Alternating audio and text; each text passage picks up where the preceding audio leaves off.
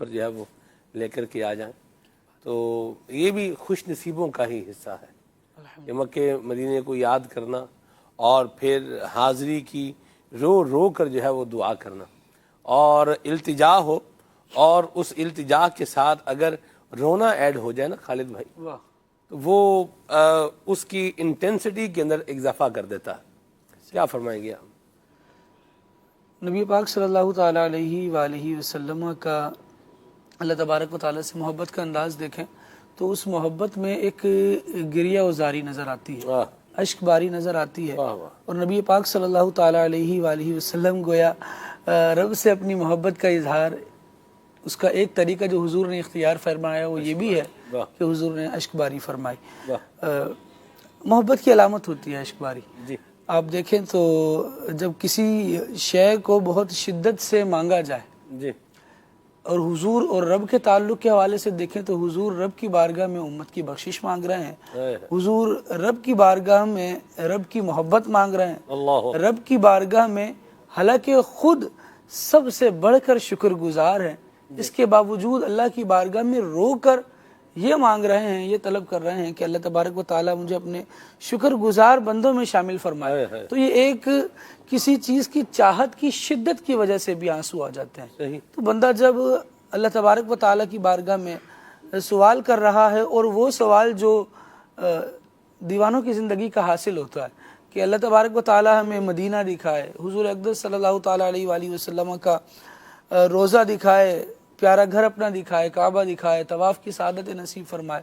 یہ ساری چیزیں جو بندہ مانگ رہا ہے، ان میں بھی ایک، کیونکہ یہ زندگی کا حاصل ہے نا، تو اس کو مانگنے کے لیے پھر وہ اشک باری کو بھی لاتا ہے، اور اللہ تبارک و تعالیٰ اس اشک باری کو پسند بھی فرماتا ہے، ان آنسوؤں کے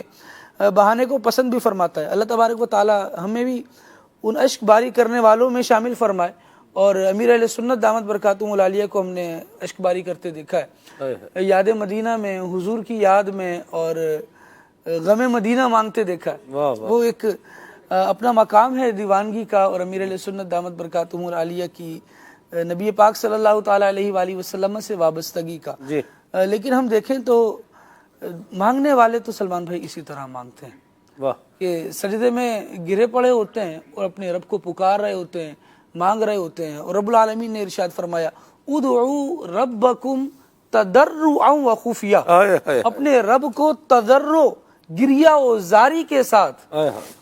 اس طرح پکارو اپنے رب کو۔ تو یہ جس طرح پکارے جانے کا اللہ تبارک و تعالی حکم ارشاد فرما رہا ہے، یقیناً اس طرح پکارنے کو پسند بھی تو فرمائے گا۔ ایک بندہ ہے اور یہ جانتا ہے کہ میرے علاوہ اس کا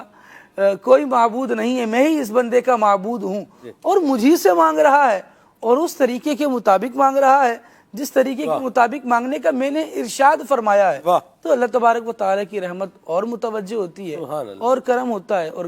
یہ کہا جاتا ہے کہ جو روتا ہے اس کا کام ہوتا ہے، چاہے وہ مغفرت کے لیے رو لے، اللہ کی رحمت پانے کے لیے رو لے، کوئی اپنی مراد پوری کروانے کے لیے رو لے، پھر جیسا بندہ ہوگا، جہاں اس کی لو لگی ہوگی ویسی اس کی مرادیں ہوں گی، اور پھر اشک باری کا انداز ویسا ہوگا۔ مرحبا، سبحان اللہ۔ میں خالد بھائی ایک بات پر غور کر رہا ہوں، فراز بھائی،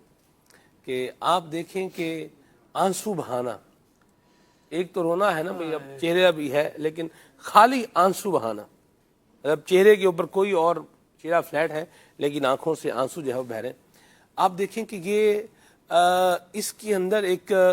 کیسا ایک جادوئی اثر جسے کہا جائے وہ یہ ہے کہ اگر کوئی آدمی ہو وہ غلط جو ہے وہ ڈائریکشن پر کھڑا ہے،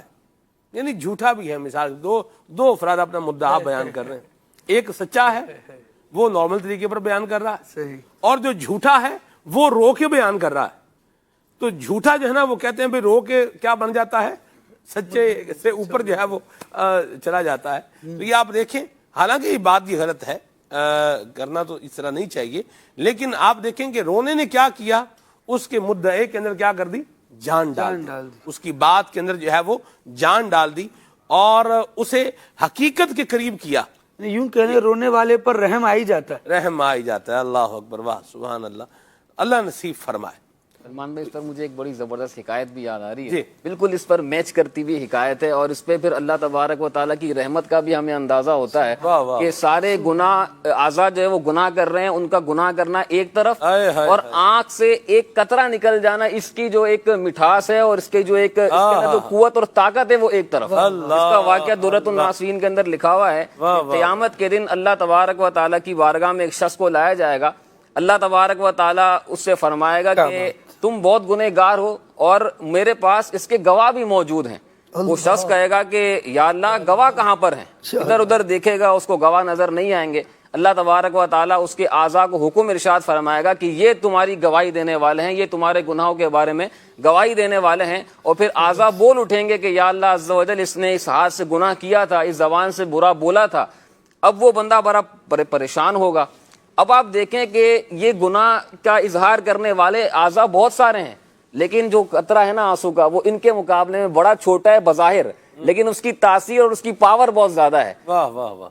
کتابوں میں لکھا ہوا ہے کہ جو آنکھ کا جو یہ بال ہے، یہ اللہ کی بارگاہ میں عرض کرے گا یا اللہ مجھے کچھ کہنے کی اجازت عطا فرما۔ اللہ تبارک و تعالیٰ اس کو اجازت عطا فرمائے گا، تو یہ آنکھ کا جو بال ہے یہ اللہ پاک کی بارگاہ میں عرض کرے گا یا اللہ تو نے ارشاد نہیں فرمایا تھا کہ اگر میرے بندے کی آنکھ سے خوف خدا کی وجہ سے آنسو نکلے اور بال گیلا ہو جائے تو میں اس کی مغفرت کر دوں گا؟ اللہ تبارک و تعالیٰ نے ارشاد فرمایا، ضرور میں نہیں ارشاد فرمایا۔ تو وہ بال کہے گا کہ یا اللہ عز و جل اس کی آنکھ سے تیرے خوف کی وجہ سے آنسو نکلا اور میں گیلا ہوا۔ وہ بال کہے گا یا اللہ میں گیلا ہوا۔ اللہ تبارک و تعالیٰ اس کی مغفرت فرمائے گا، اس کو جنت میں جانے کا حکم ارشاد فرمایا جائے گا، اور پھر کہنے والا کہے گا کہ لوگوں سنو کہ فلاں بن فلاں کو اس کے صرف آنکھ کے بال کی وجہ سے بخشا گیا۔ آپ دیکھیں کہ سارے اعضاء ایک طرف اور آنکھ سے آنسو کا ایک قطرہ نکل جانا ایک طرف۔ اور پھر حدیث پاک بھی تو ہے کہ نبی کریم صلی اللہ علیہ وسلم نے ارشاد فرمایا کہ جس کے آنکھ سے خوف خدا کی وجہ سے مچھر کے پر کے برابر بھی آنسو نکل جائے تو اللہ تبارک و تعالیٰ جہنم کی آگ کو اس پر